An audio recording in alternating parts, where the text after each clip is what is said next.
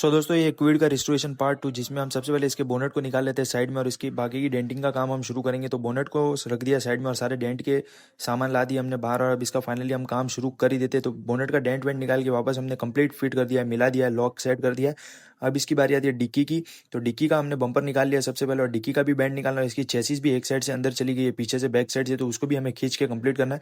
तो दिखा देते कहाँ से अंदर गई चेसिस, ये देख सकते पूरा पार्ट अंदर चला गया, यहाँ तक पूरा बैंड हो गया है। तो हमें उसको कंप्लीट करना है। और डिक्की का भी बैंड हमने निकाल के एकदम कंप्लीट कर लिया, मिला दी है। अब इसके ऊपर हमारा फाइनली बॉडी फिलर का काम चलेगा। तो बॉडी फिलर को अप्लाई करने का हमने काम शुरू कर दिया है।